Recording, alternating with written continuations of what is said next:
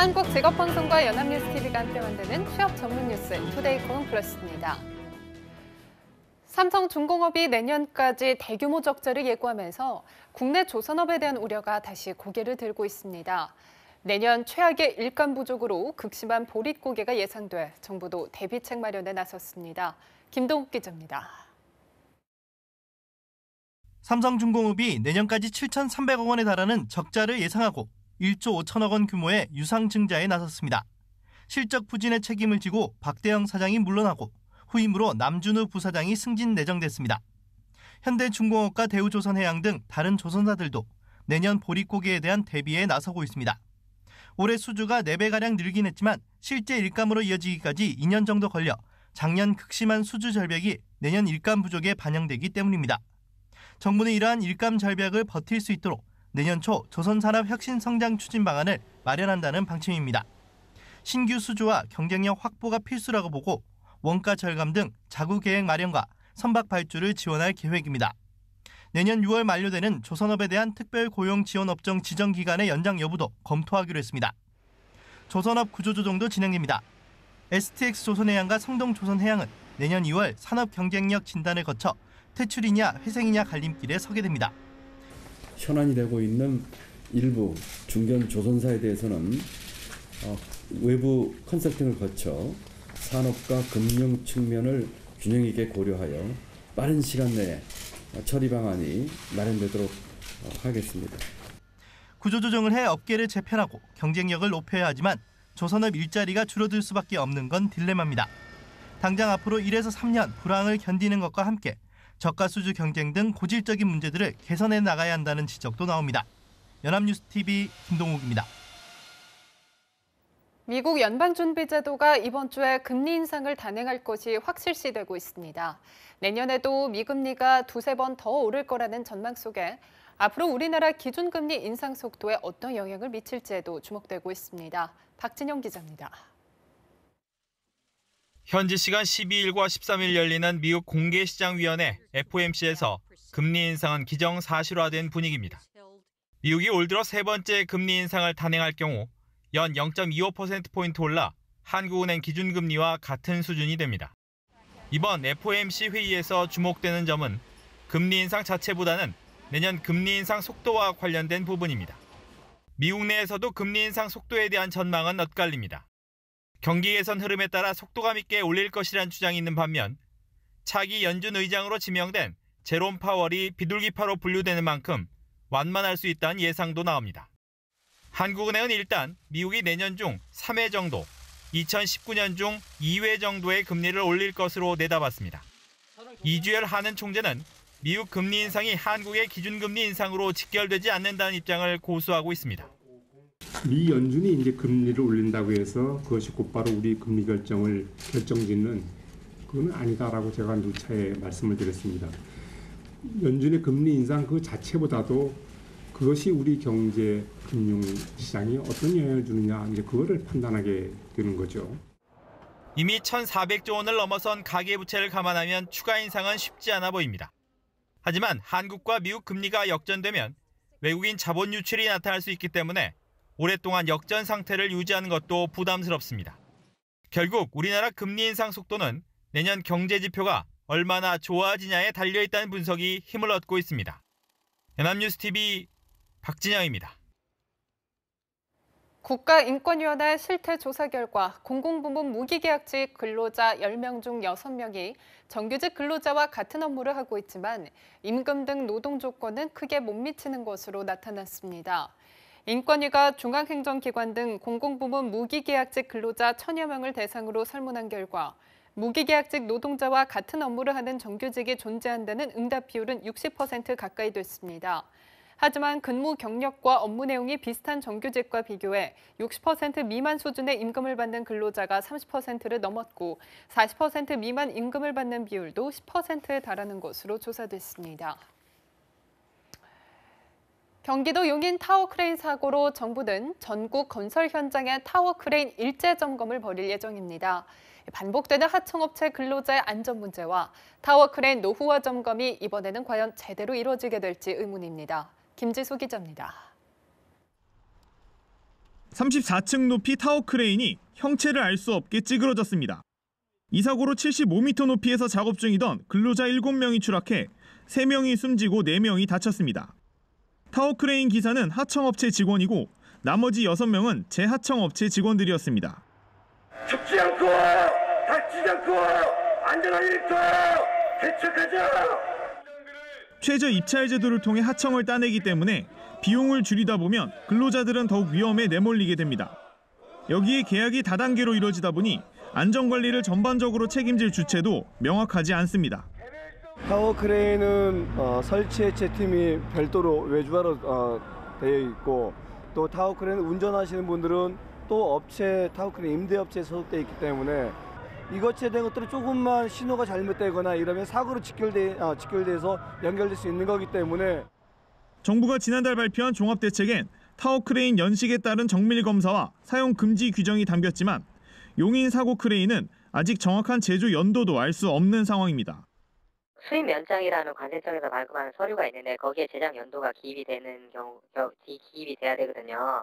그거를 이제 사고 파는 사람이 서류를 위조하는 경우가 있습니다.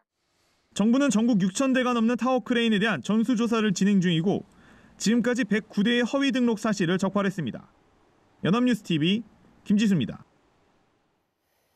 농림축산식품부와 농축수산업계가 청탁금지법 개정안 가결에 대해 환영의 뜻을 밝혔습니다.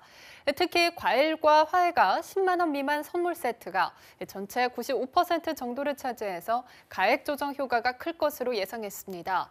다만 한우와 인삼 등은 70% 이상이 10만 원 이상 선물로 구성돼 피해 해소에는 한계가 있을 것으로 농식품부는 내다봤습니다. 하지만 이번 개정안의 혜택을 보지 못하는 외식업계는 식사 상한액 3만 원이 문제가 있다며 실망감을 감추지 못했습니다. 정부는 외식업계의 어려움을 덜기 위한 지원 대책을 강구하겠다고 밝혔습니다. 최저임금 요구를 한 10대 알바생을 비닐봉지 절도로 신고한 청주의 편의점주에 대해서 자의적 기준에 따라 최저임금을 지급하지 않았다는 지적이 제기됐습니다. 앞서 경찰은 지난 4일 1,000원어치 비닐봉지 절도 혐의로 19살 여학생 A양을 입건해 조사 중입니다.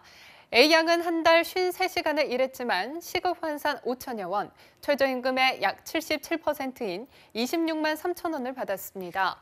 점주는 수습기간 3개월은 최저임금의 90%만 지급한다며 매대 청소, 태만 등도 급여에서 뺀다는 입장입니다.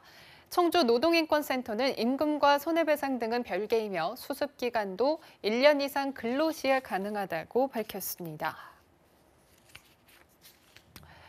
주말 사이에 40% 폭락했던 비트코인이 하루 만에 다시 600만 원이나 뛰어올랐습니다.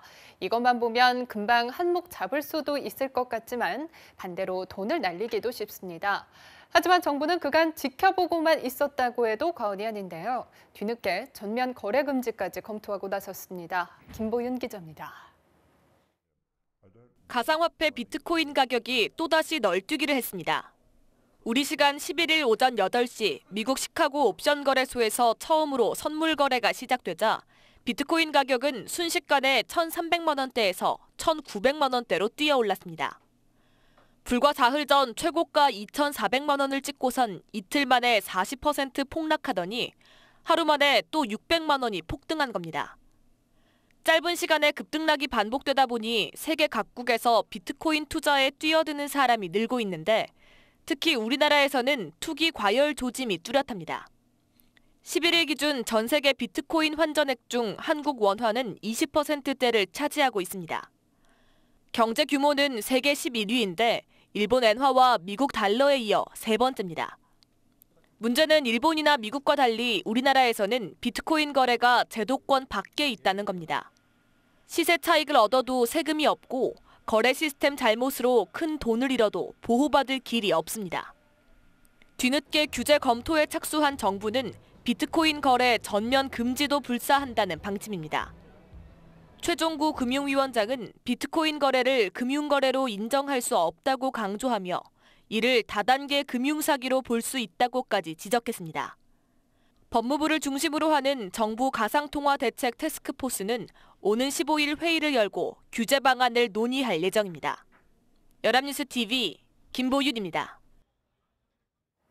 원화 강세 영향으로 지난달 수입 물가가 5개월 만에 하락했습니다. 한국은행이 12일에 발표한 11월 수출입 물가지수를 보면 지난달 수입 물가지수는 82.87로 한 달 전보다 0.4% 하락했습니다. 원재료 수입 물가가 광산물을 중심으로 전월보다 2.3% 상승했지만 중간재는 전기 및 전자기기, 제1차 금속 제품 등이 하락하며 1.2% 내렸습니다. 한해는 11월 국제유가가 큰 폭으로 올랐고 국제적인 물가 상승 기조는 유지되고 있지만 원달러 환율 하락이 커서 수입 물가가 하락했다고 설명했습니다. 새로운 방식의 보이스피싱과 랜섬웨어 사기가 급증하고 있습니다. 특히 연말 모임 안내나 입학, 구직 등 관심을 많이 끄는 전화나 이메일을 받고 피해를 입는 경우도 많아서 주의가 필요해 보입니다. 김종성 기자입니다. 경찰이 만들어 배포한 보이스피싱 사기 예방 포스터입니다. 학생들의 재능 기부로 만들어진 것으로 경찰이나 검찰, 금감원 등 공공기관 사칭부터 금융수수료, 인하 제의 등 요즘 유행하는 사기 사례들을 담았습니다. 최근 어수선한 연말 분위기를 틈타 새로운 유형의 보이스피싱 사기와 랜섬웨어 유포 범죄가 끊이지 않고 있습니다. 금융회사나 금융당국을 사칭해 저금리 대출 전환을 요구하는 통화를 하면서 동시에 문자나 카카오톡을 보내 가짜 애플리케이션 설치를 유도하는 수법도 많습니다. 올해 7월 32건이었던 이 수법은 9월 63건, 11월 153건으로 급증세를 보이고 있습니다. 국가기관에서는 절대로 먼저 돈을 이체하라고 하는 경우가 절대 없습니다. 무조건 100% 사기다 생각하고 바로 끊어버리는 것이 가장 현명한 방법입니다. 한 직장인에게 온 이메일들입니다. 한눈에 봐도 낯뜨거운 성매매, 성인용품 안내 메일부터 불법 인터넷 도박 사이트 안내까지 종류도 다양합니다. 지인을 가장해 연말 송년회 안내를 하는 메일, 구직자에 대한 입사시험 합격 안내를 가장한 신종 수법도 보입니다. 무심코 열었다가 저장 파일에 암호가 걸려 컴퓨터를 마음대로 사용하지 못할 수도 있는 만큼 수상한 이메일이나 애플리케이션은 클릭조차 하지 않는 것이 좋습니다. 연합뉴스TV 김종성입니다.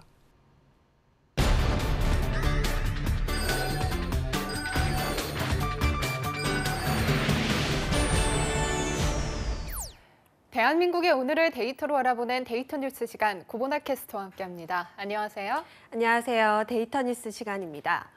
여러분은 보통 사람 하면 무엇이 떠오르시나요? 올해 초에 개봉했던 영화? 아니면 혹시 전직 대통령을 떠올리지는 않으셨나요? 석지연 아나운서는 어떠세요?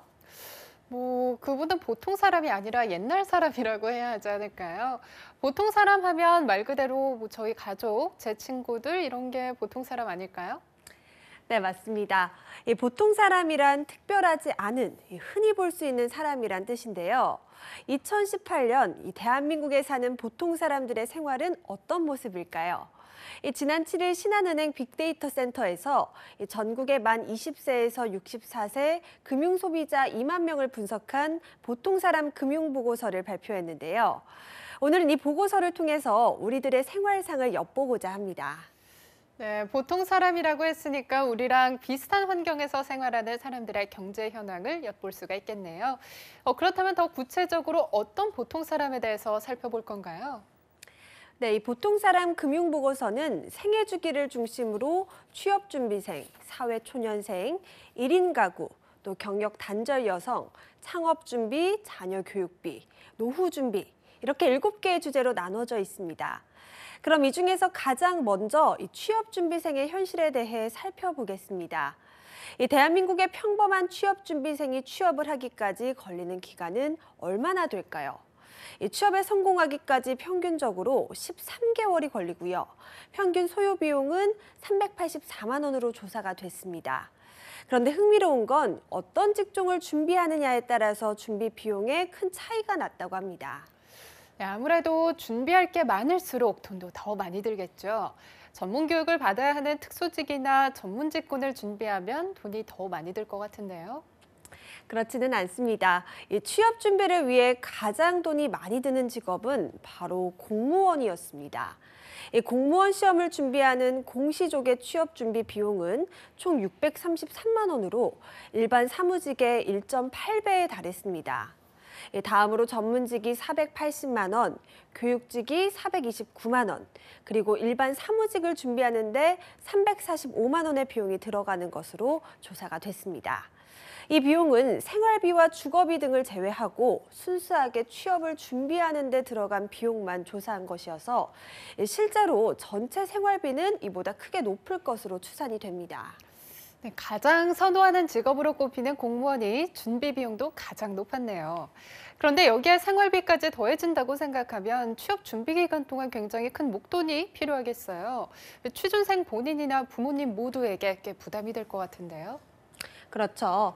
그래서 비용을 어떻게 마련하는지도 조사를 해봤는데요. 취업을 준비하는 데 들어가는 비용의 조달 방법은 아르바이트가 59%로 가장 많았고요. 가족이나 친지의 도움을 받는 경우가 58%, 장학금이 9%, 정부 지원이 8% 순으로 조사가 됐습니다. 청년들이 취업을 위해서 들이는 막대한 돈과 시간이 사회적으로는 손실이 될 수도 있는 만큼 일부 지자체에서 시행하고 있는 청년 지원 정책이 더 확대될 필요성이 있어 보입니다. 네, 취업 준비하랴, 아르바이트하랴, 이 고달픈 취준생들의 숨통을 트여줄 정책들이 많아졌으면 좋겠습니다. 그럼 다음으로 취업에 성공한 직장인들의 삶을 엿볼까요? 이제 사회인이 됐으니까 조금 더 여유가 생겼을 것 같은데요. 하지만 안타깝게도 이 사회 초년생들의 삶은 아직 팍팍했습니다. 경력 3년 이하 사회 초년생의 47%는 대출을 보유하고 있었고요. 평균 대출액은 무려 2,959만 원에 달했습니다. 사회 초년생들이 왜 이렇게 큰 빚을 지고 있나 하실 텐데요. 대출의 종류를 살펴보니까요. 학자금 대출이 21%로 가장 많았습니다. 그러니까 사회생활을 시작도 하기 전에 거의 3천만 원에 달하는 빚을 지고 있었던 겁니다. 이어서 주택담보대출, 또 신용대출, 전월세대출, 자동차 대출 때문에 빚을 지고 있는 것으로 조사가 됐습니다. 졸업도 하기 전에 2,959만 원의 빚을 지게 된다니 참 안타깝네요. 취업 후에도 꼬박 3년이나 4년 동안은 빚만 갚아야겠는데 그러다 보면 또 미래를 준비할 수 있는 여유가 없어질 것 같은데요. 네, 맞습니다. 직장인의 26%는 노후를 위해서 저축을 전혀 못하고 있는 것으로 조사가 됐습니다. 반대로 노후 생활에 대비해서 정기적으로 저축을 하고 있다고 응답한 직장인은 47%로 절반도 되지가 않았는데요. 이들의 월 평균 저축액은 26만 원으로 월 평균 근로소득의 9% 수준이었습니다. 그런데 이 정도의 저축액이면 노후를 준비할 수가 있을까요? 40대 이상에게 노후에 필요한 월 평균 최저 생활비를 얼마로 예상하는지 물어봤는데요. 평균적으로 월 192만 원이 필요하다고 답을 했습니다. 하지만 실제 은퇴 가구의 최저 생계비는 평균 224만 원으로 예상과 실제 사이에는 32만 원의 차이가 있었습니다. 노후 준비를 위해서 더 많은 투자가 필요할 것 같은데요. 한국의 직장인들이 노후 준비를 하기 힘든 이유는 뭔가요? 예금이나 적금을 하지 않는 이유가 궁금한데요. 네, 이 직장인이 저축을 하지 않는 가장 큰 이유는 바로 저축할 목돈이 없어서였습니다.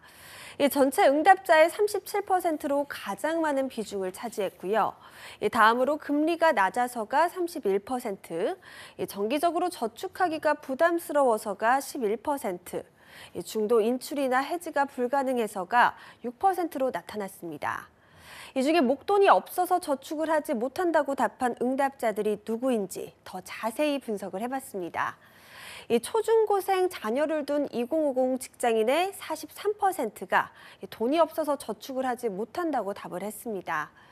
아무래도 이 초중고생은 사교육비가 많이 들다 보니 학부모의 연령에 관계없이 저축할 여유가 없는 것으로 보이고요. 다음으로 미취학 자녀를 둔 2040 직장인, 또 성인 자녀를 둔 40대 이상 직장인, 또 2040 미혼 직장인의 순으로 저축할 돈이 없다고 응답을 해서요. 자녀가 있는지, 교육비가 얼마나 드는지에 따라서 경제적인 여유가 결정되는 것으로 조사가 됐습니다. 네, 지금까지 보통 사람들의 금융생활 보고서를 살펴봤는데요. 이 팍팍한 삶을 살고 있는 취준생, 사회초년생, 40대의 삶을 엿본 것 같아서 조금은 안타깝습니다. 하지만 한편으로는 나만 힘든 게 아니라는 사실에 조금은 위안을 받는 분들도 계실 텐데요. 각자의 자리에서 최선을 다하는 대한민국의 모든 보통 사람을 응원하겠습니다. 지금까지 데이터 뉴스 고문아 캐스터와 함께했습니다. 고맙습니다. 고맙습니다. 투데이 고용플러스 오늘 준비한 소식은 여기까지입니다. 함께해 주신 여러분 고맙습니다.